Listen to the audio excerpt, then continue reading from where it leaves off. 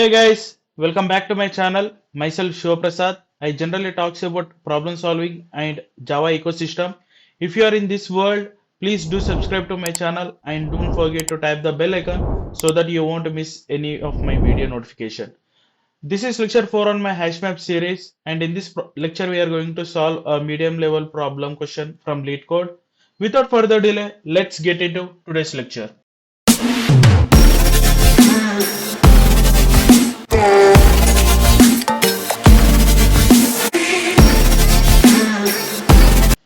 Let's try to understand this problem statement.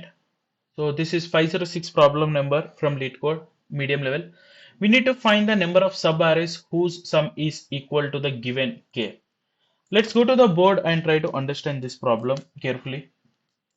Assume we have given an input array something like this 1 comma 1 comma 1 and our k is of 2. That means we need to find two subarray whose sum is equal to the k.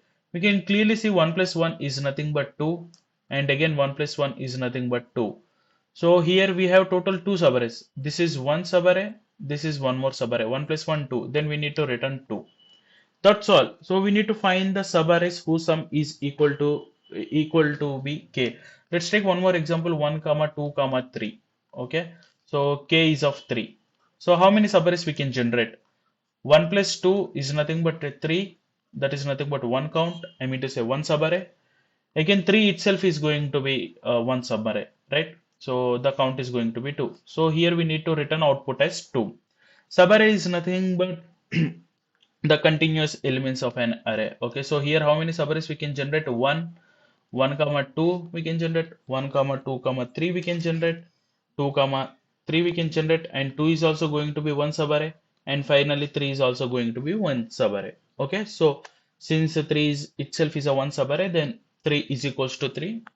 Then we are going to take that into the consideration.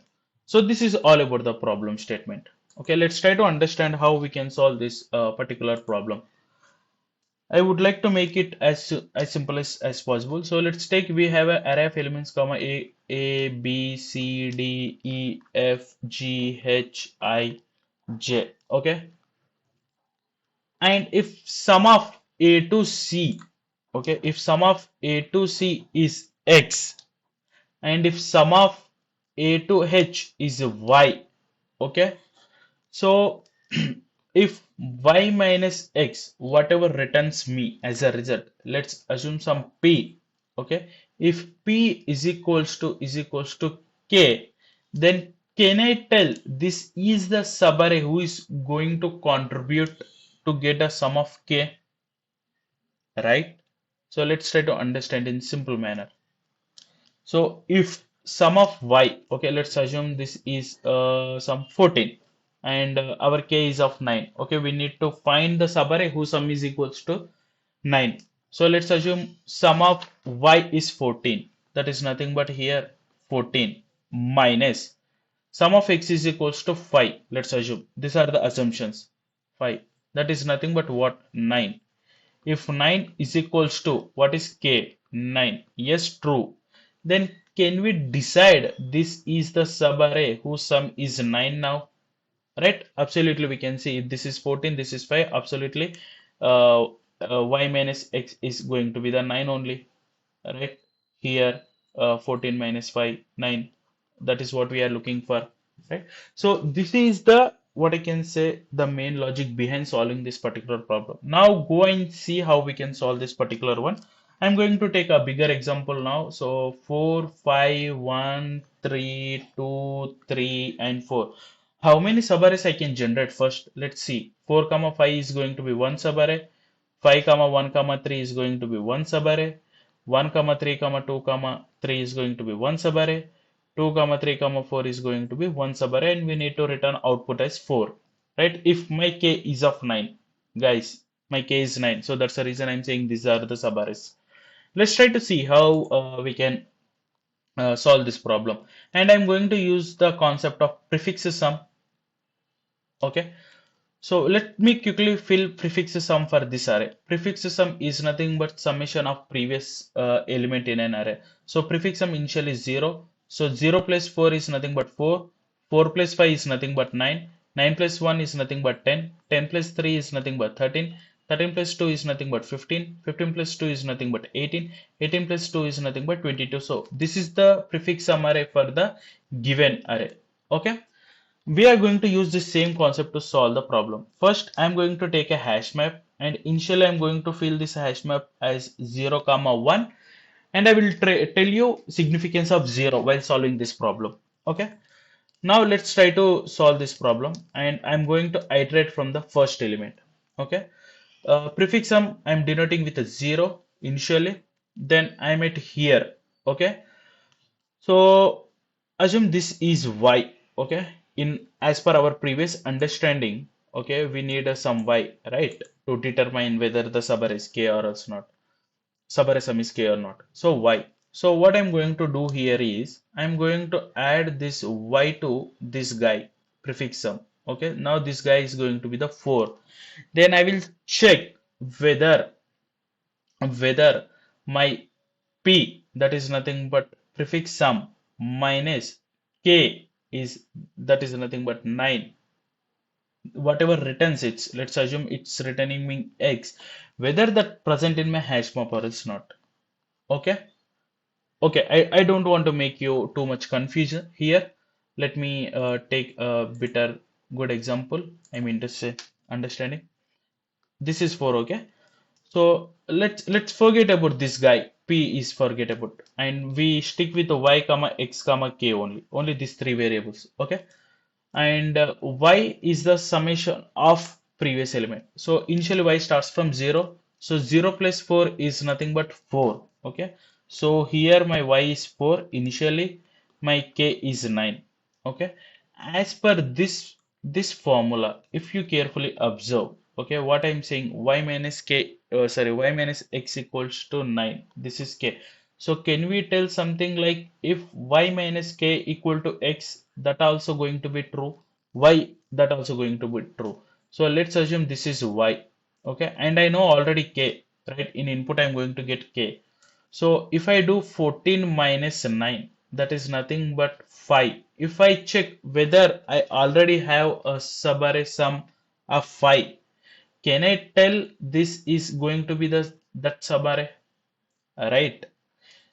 Two cases possible. See, y minus x is equals to k. If this k, I mean, y minus x is equals to some p, anything you can name it. If this p equal to the k, that is also one subarray.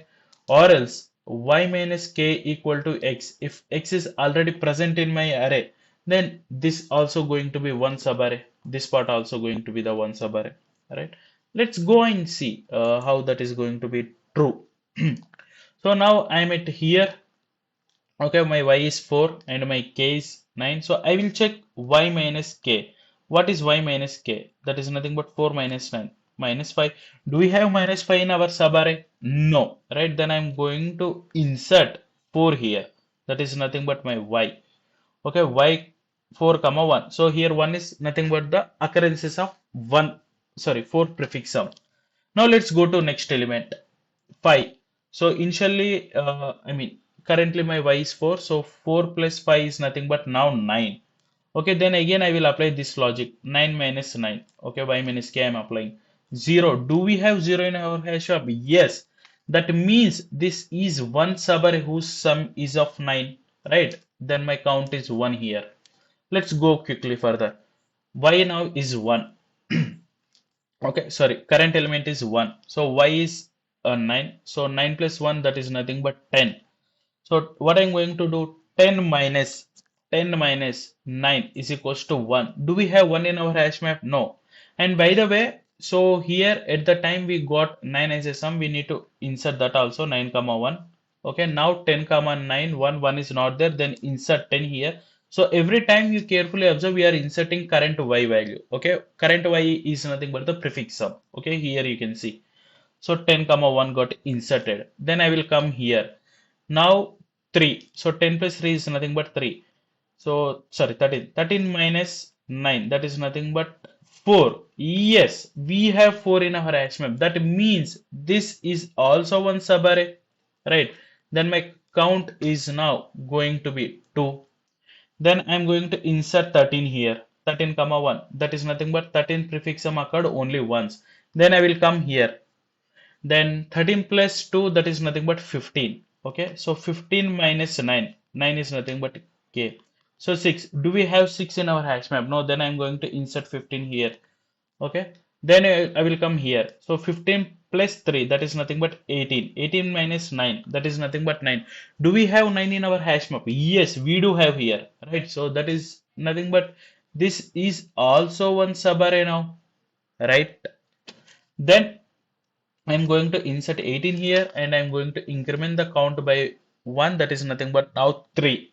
Okay, so here this increment should be based on the number of times 9 occurred. Okay, so here 9 occurred only one time. That's the reason I directly wrote something like 1 here. Okay, now let's go to the next one. So 18 plus 4, that is nothing but 22.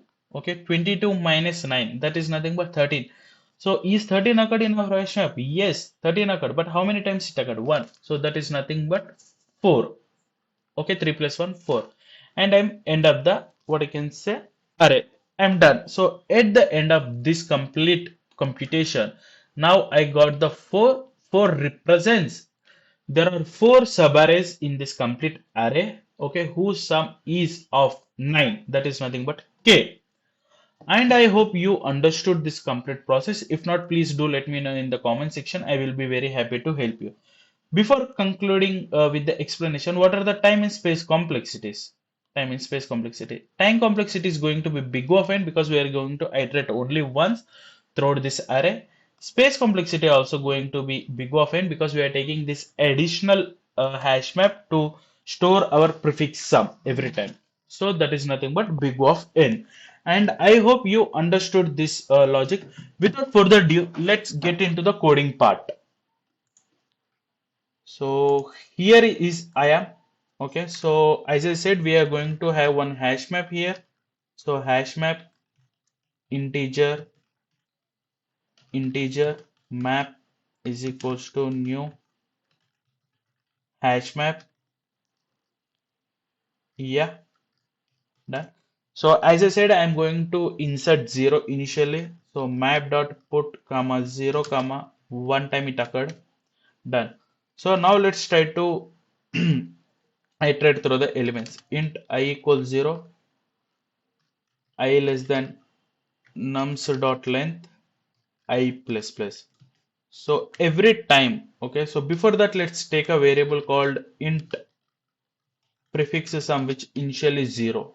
Okay, then what I'm going to do here is prefix sum plus equal to nums of I. Okay, so then I will check if my map dot contains a key of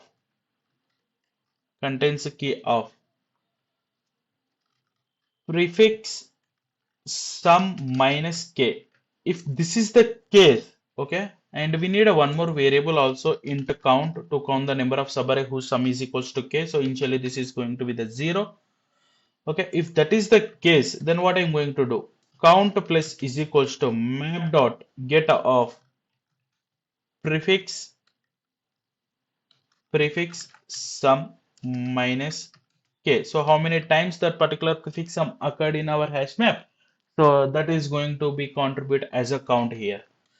Okay, and if not, that means like if it is exist or else not, but we need to insert that into our hash map. Okay, and if that prefix sum already exists, we need to increment its occurrence, otherwise we need to insert it as a 1.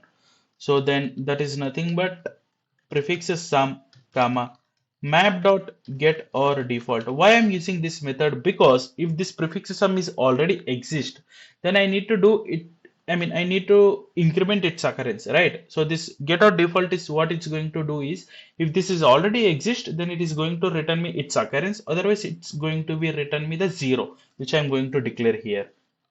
Okay, prefix sum comma 0. If it is already exist, then return that occurrence. Otherwise, return me 0.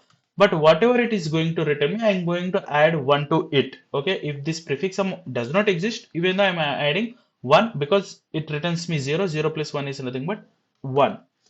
And at the end, just return your count. Let's give a run.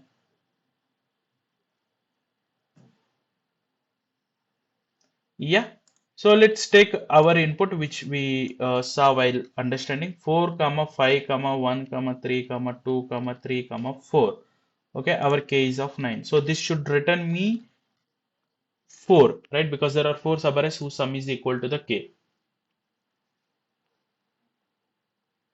Great. Let's submit.